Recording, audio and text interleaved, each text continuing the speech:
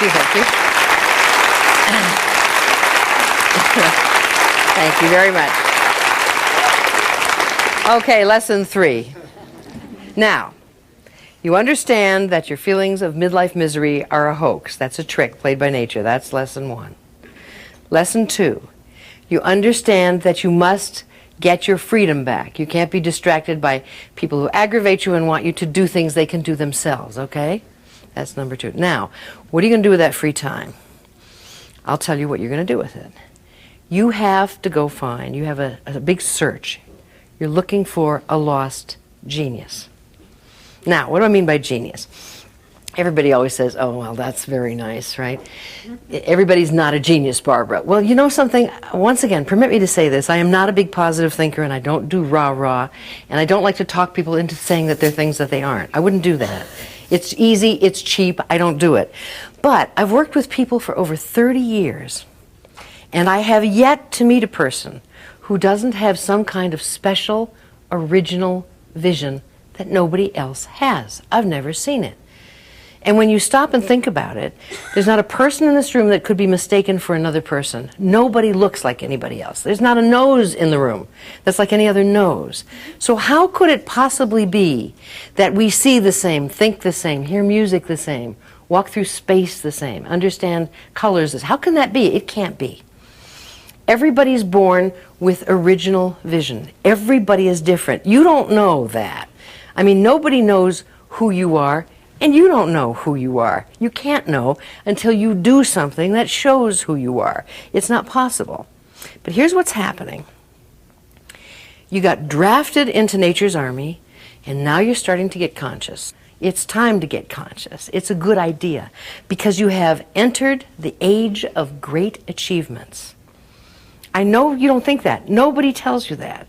But until now, you're really working for other people's definitions of success. And you don't even know what it is you're set up to do. You don't even know what you're poised to do. I mean, if I read another women's magazine that says, treat yourself right, take a bubble bath. I'm going to get homicidal. A bubble bath? Don't take a bubble bath. They're just trying to keep you stupid. Don't take a bubble bath. Get a massage. Go to a spa. Don't get a pedicure, for God's sake. Give your brain a bubble bath, right? Give your talent a back rub. Give your heart some exercise. Find out what you can see. Do you know what love is? Do you know what love really is? Not that romantic stuff that nature tricks us with. To love is to be able to see, but to really see. To love a person is to see that person. Not as someone who can make you happy and give you what you need, but just as, maybe it's somebody you can't even be near. Maybe they're people who cause you big trouble and you can't even be with them. But they are unique and astonishing. Now, some of us see colors that way. And some of us see animals that way. And some of us see furniture that way. And some of us have a thing of time or words. And we will never know what they are if we don't do something about it. Because nobody can help us. We're like horses that somebody has tried to raise in a basement, right? They found this animal, went, what a beautiful animal. Let's take it home. Okay, they took it home. They said, well, let's keep it out of the cold and all the big open outdoors and raise it in a basement. Let's give it carpeting, its own television set, right?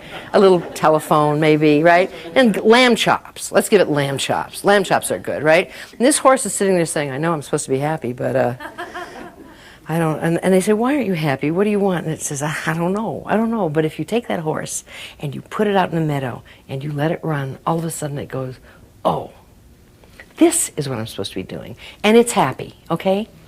Well, you're like a horse raised in a basement. Gifts are genetic, and your parents did not know who you were. They jumped generations.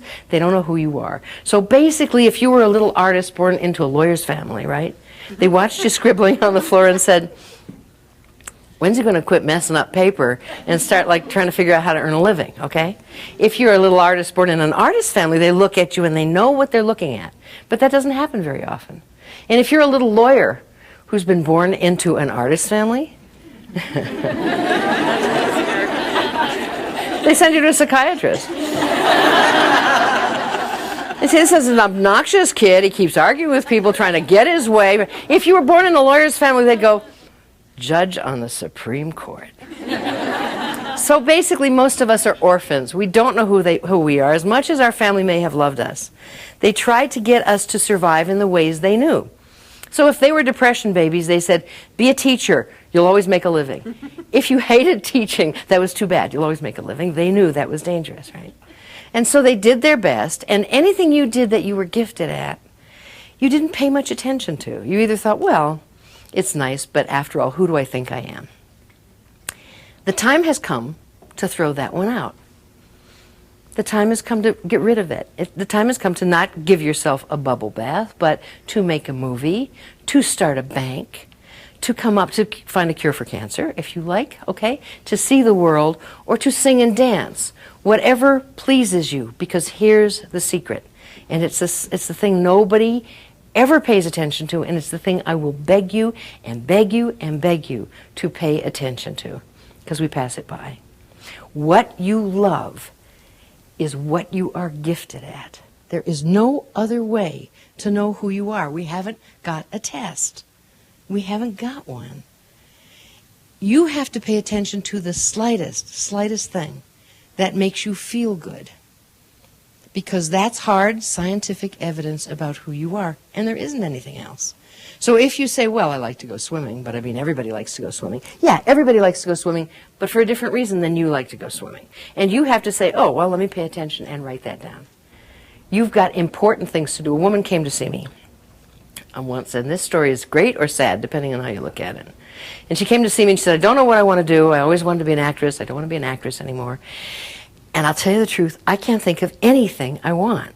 Does any of you identify with that at all? I mean, at this stage of the game, there's no reason you haven't forgotten. You've been in the Army so long, you can't even remember what it was like before you got drafted, into nature's army. But anyway, I said, I can find out. I mean, that's what I'm good at. Sit down. We're going to find out, right? So I said, well, tell me what you liked in school. She said, pretty much everything. I said, well, did you like English? She said, yeah. I said, you want to be a writer? She said, no. I said, well, come on. We went over it and over it. I said, she said she liked biology. I said, do you want to be a biologist? She said, okay. Because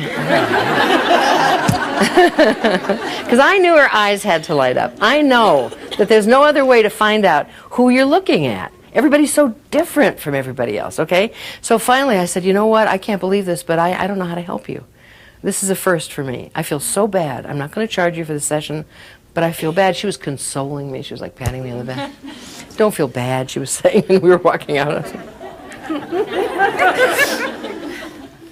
She picked up a book, and she picked up a purse, and we headed for the front door. And I just looked at the book, because I'm always nosing around looking at books. I just do that. And I said, what are you reading? And she holds up this book. And on the cover of this book is the face of this big, ugly gorilla. And she says, oh, this is a book about Coco, the gorilla. And I said, look at you, you're happy. I didn't know you knew how to do that. She goes, oh, I love gorillas. I said, Lisa, get back on that couch and pull out your checkbook. What do you mean you love gorillas? Why didn't you tell me? She said, why should I tell you? I said, what do you mean, why should you tell me? That's what we're doing here. She said, Barbara, you can't work with gorillas. I said, you have to. There's nothing else you like. She said, you can't. I said, what do you mean? She said, everybody wants to work with gorillas. I said,